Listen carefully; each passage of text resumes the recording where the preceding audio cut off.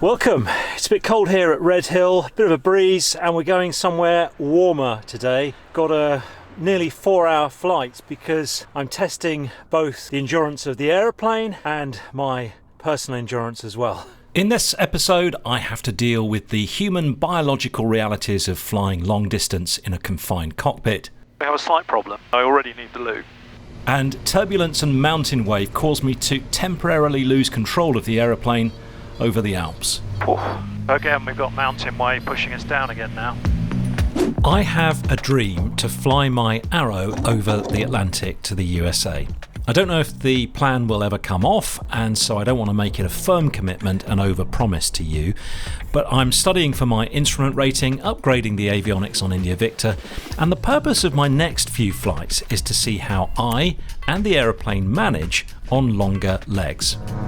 My first step today is to fly the 45-minute hop across the English Channel to Le Touquet in France. Power is set, got good power. It's a convenient customs stop, meaning from that point on, I don't have to worry about those formalities should I need to make an unplanned diversion anywhere in Europe.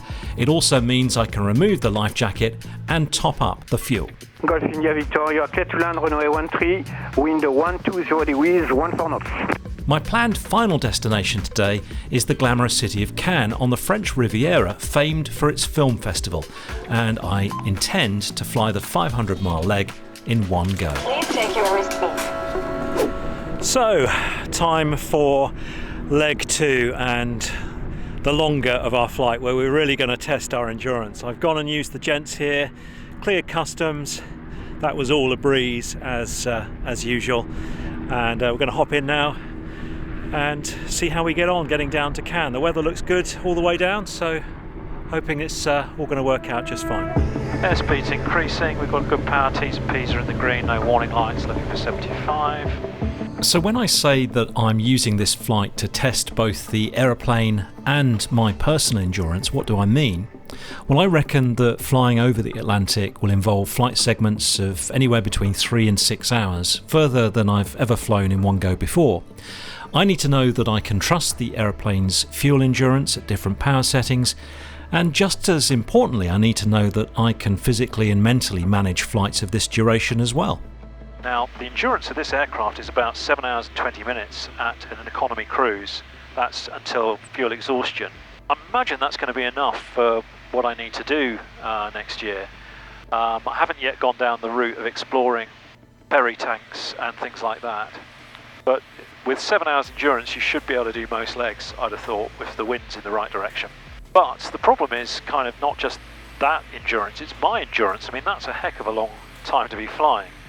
And so the purpose of the flight today is to see how far I can take it. The route down's about 3.5 hours down to Cannes. We could do it faster, but then we're going to use more fuel, and the whole point of this is to kind of test the endurance of the aeroplane as well, and see if it accurately performs by the book in terms of its fuel burn and so on. Testing that my settings are correct for the endurance, for the economy cruise. Check that I can cope with the length of flight too. So we're going to be going quite slow to begin with, but eventually, once we're past the Paris area, we'll be able to climb up, and then we'll get a really good cruise, true airspeed. There's also going to be a tailwind a bit further down, whereas at the moment we've got a bit of a headwind, but that's going to switch around to a tailwind, pretty strong one too, like 30-40 knots, which is going to help us on the way.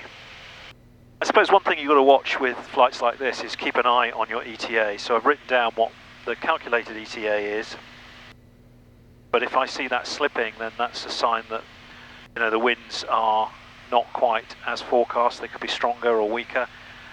And when you're sort of flying on tight fuel margins, that stuff has to be kept an eye on. Golf Bravo Mike India Victor. Golf Bravo Mike India Victor. Squawk 7000 and Beauvais on 123.985. Bye bye. Squawk 7000 123.985 Beauvais Golf India Victor. This episode is made possible thanks to the generous support of my channel partners. Vertigo Covers are makers of modern, lightweight and affordable covers for your aircraft. I have a set of Vertigo covers for India Victor and I love them. AOPA UK protects the interests of pilots and secures our freedoms to fly. Get 25% off membership today using my special link on the screen and in the video description. Echelon Air, based at London Biggin Hill Airport, offers bespoke training in a fleet of the latest Cirrus aircraft. Lessons are tailored around you, your goals and your schedule. We have a slight problem in that, what time did I take off? 10:56, and I already need the loo, which is slightly problematic on a 3.5-hour flight. On previous long-distance flights, I've managed bladder capacity by practically dehydrating myself. This is neither healthy or conducive to flight safety. Not drinking anything on previous marathon trips has led to headaches, a loss of concentration and fatigue. And so I needed to have options, and I'm afraid there's no easy way of putting this, of having a wee mid-flight. I have a travel urinal with me, a bit like the ones pictured here. I've never used it in flight before and I'm not even sure it's going to be possible, to be honest. And as a backup, I'm wearing 2 pairs of Tenor Men incontinence pants, but I really don't want to have to rely on them. I'm now in the cruise in smooth air at 5,500 feet.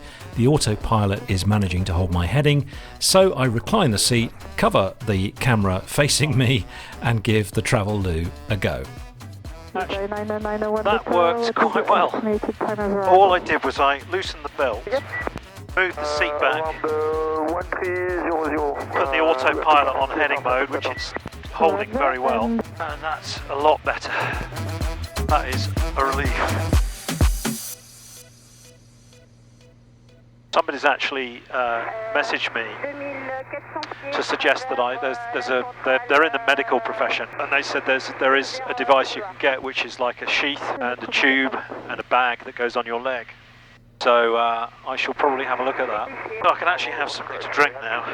And keeping hydrated today made a huge difference. I was able to stay alert, focused, and I suffered no headaches or fatigue for the entire day. So as a proving ground, this experiment has already served a large part of its purpose. Getting a slightly achy hip now. It's sitting still for so long. Just stretch my leg out. Over the other side just to give it a bit of a stretch. What's a information? Golf Bravo Mike India Victor, good afternoon. Station calling Mars information, good afternoon. Golf Bravo Mike India Victor, PA28, departed Lima Foxtrot Alpha Tango, destination Lima Foxtrot Mike Delta, 1 POB. Position is 2 miles west of Lima Foxtrot Hotel Echo, VFR. That's copied. Radar contact on your route. Lot of gliding activity, and before arriving at Cannes, Romeo 138 Converse is active. Copy, and Romeo 138 active. Roger, Golf India Victor, and we're at flight level 90, Golf India Victor. And India Victor, in 10 minutes, contact me back on south frequency 120.550. In 10 minutes, 120.550, Golf India Victor. My routing down to Cannes takes me just to the west extremities of the Alps, where the peaks reach about 6,000 feet. I'm at flight level 090, have a tailwind of 60 knots, which is leading to a ground speed of more than 190 knots. That's the fastest I think I've ever been in a single engine piston. There's a downside though, mountain wave. Even though I'm more than 3,000 feet above the tops of the mountains, that 60 knot wind over the hills soon starts to cause powerful updrafts and downdrafts. That mountain wave is, you see I'm pitched up and I'm still descending. I have to put in a bit of power now.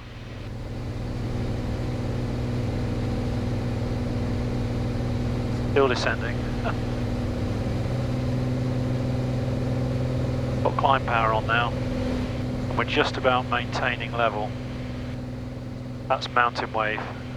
Not helped by a 60 knot wind today. Look at it, to remain level I've got to be pitched up at the climb attitude.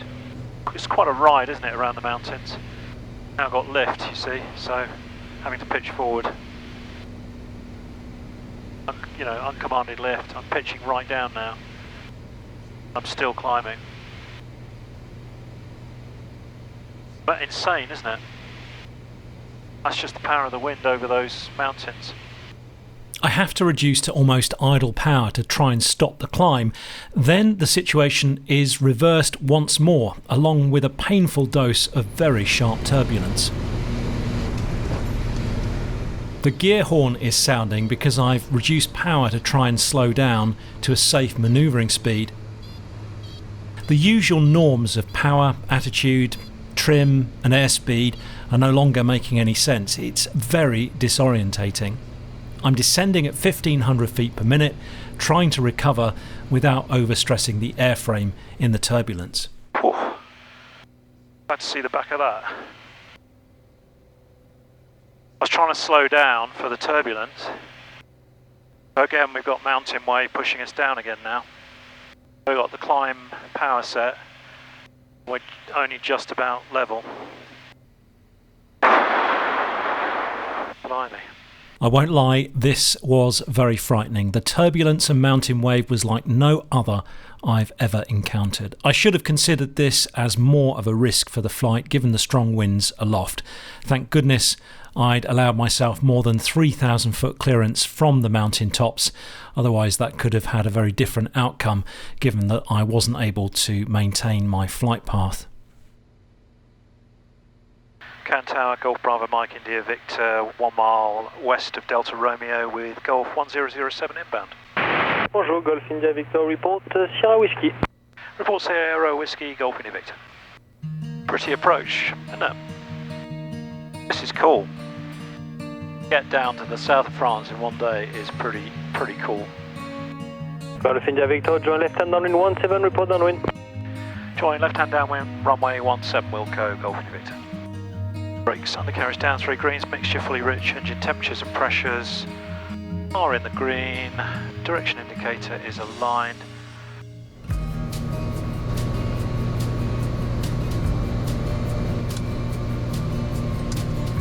Golf India Victor, final runway 17 to land. Golf Bravo Mike India Victor, clear to land, wind 140 degrees, 8 knots. Clear to land, runway 17, Golf Bravo Mike India Victor.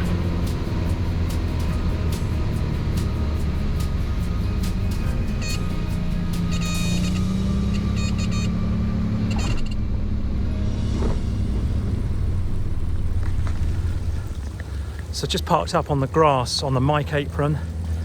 I'm quite tired actually. I mean, ordinarily I'd be filming stuff now and talking to you and stuff, and I kind of just want to get to a hotel and relax. That was quite a long day. I booked my hotel, just done that on Expedia. It's a third of a mile away, and I don't know if I'm going to see much of Cannes tonight, to be honest with you. I'm at the terminal building. I managed to get out. There's a little exit over there, a security exit near to apron mic, parking mic, and they were good enough to let me through. They didn't understand the English and were trying to make sure that I'd come from France and I'd cleared customs already. But it seems like tomorrow I might have to see the douane tomorrow. So I'm going to just go and see if I can sort that out now. So I'm in the main terminal here at Cannes, and came in here. It's really, really nice. I mean, really, really nice. And I found the assistant's desk, spoke to the lady there, we took my fees, we sorted out what we need to do in terms of leaving tomorrow. I just need to come through the terminal. Here's my taxi. I've got to go and get my taxi. So I'm in the taxi with Sebastian, who's... No, I don't know why I stay at Oh no, no, you're not Sebastian. You thought I was Sebastian. Taxi came in a few minutes, which is great. What's your name? Oliver. Oliver's going to take me to the hotel, which is literally around the corner. I'm going to check in very quickly, and then he's going to... was at on the other side of the airport. and then Oliver's going to wait for me and take me into the city, so I can at least have a look at the city while I'm here for a brief few minutes. But yeah, paid my fees to go in, and just got to go through the terminal tomorrow back to my aeroplane to go through. So I'm just trying to check in at the hotel, and there's something wrong with my reservation. I mean, I've only just made it, so that's probably why. And the taxi driver was waiting, so anyway, I'll put my bags downstairs and I'll come back later after I've had some dinner and have a quick look around Cannes while there's still some sunlight out. And I've left my normal glasses in the plane, so I'm stuck with my sunglasses, so it's going to be fun reading menus and the like later. So here we are in Cannes, and I'm notoriously bad at planning these things. I mean, for me it's all about the journey, it's not necessarily about the place, but I love these French coastal cities with the brasseries all along the front here around the square, and then of course all these super yachts, I suppose that's what you would call them, all parked up in the harbour here. There's a big casino over there. It's I've not watched the Cannes Film Festival or anything like that, or really read up about Cannes, so I'm just here to be here and soak it up, really. I bet this place is heaving in the summer, don't you think? I mean, traffic's busy now, but I bet it's absolutely heaving in the summer. There's one slight downside of having rushed out of the hotel without going to my room, and that is I'm still wearing those protective underwear. Now, thankfully, they haven't been utilised, shall we say, so I don't feel dirty, but they're not the most comfortable of things to be walking around with. I do feel like I'm wearing a nappy, and I put two on just in case, so I do feel like I'm walking around wearing a nappy.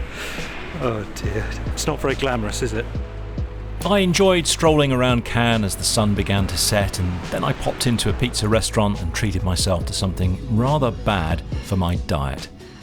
An Uber came quickly and whisked me back to my airport hotel. I thought I'd just end the day sort of summarising the outcome. And I'm quite tired. I think I need to bear in mind that, you know, vlogging and doing all of this kind of adds to the fatigue, doesn't it? And it's 6 o'clock British time now, and I departed at 9:30 British time, so I should still have plenty of energy, but I'm absolutely wiped out. So that's something I need to be aware of. But hey ho, looking at the aeroplane's endurance, so my endurance hasn't shaped up too well, but you know, successfully completed the flight, and there were no real horrors apart from some really nasty turbulence, which should have been expected, really, shouldn't it? But the aeroplane's endurance, so we estimated that the flight, or Skydemon should I say, programmed with all of my flight data, estimated I'd use 150 litres without taking account, not adding any contingencies, just a simple figure for takeoff, climb, cruise, landing, bosh. 150 litres for the flight at 55% cruise. We actually used 148 litres and 148.5 litres. So it's accurate on a flight like that that's really long to within 1.5 litres. I mean, you can't get better than that. And that shows me that the settings that I'm using in the aeroplane are right. I'm leaning it correctly, and it can actually perform by the book figures. So, you know, mission accomplished, I suppose you might say. And tomorrow I'm heading off to Zaragoza. It's going to be another long flight, probably similar sort of duration tomorrow. So I know it's only 6 o'clock, or should I say 7 o'clock here in France. I'm probably going to have a quick shower and then head to bed. Please subscribe to the channel and my newsletter to be notified about the next video. I'll be landing on the Space Shuttle's primary launch diversion runway. We have booster ignition and liftoff of the Space Shuttle Endeavour. And I'll be asking renowned Canadian astronaut and Space Station Commander Chris Hadfield what private pilots can learn from his 3 missions in Earth orbit. Get ready for the flight. Don't just show up at the airplane and go flying, but what is the weather? If I have to land in a field today, what's the level of growth of all the crops on the farmers' fields around here? Can I still land in a cornfield? Fly safely, my friends.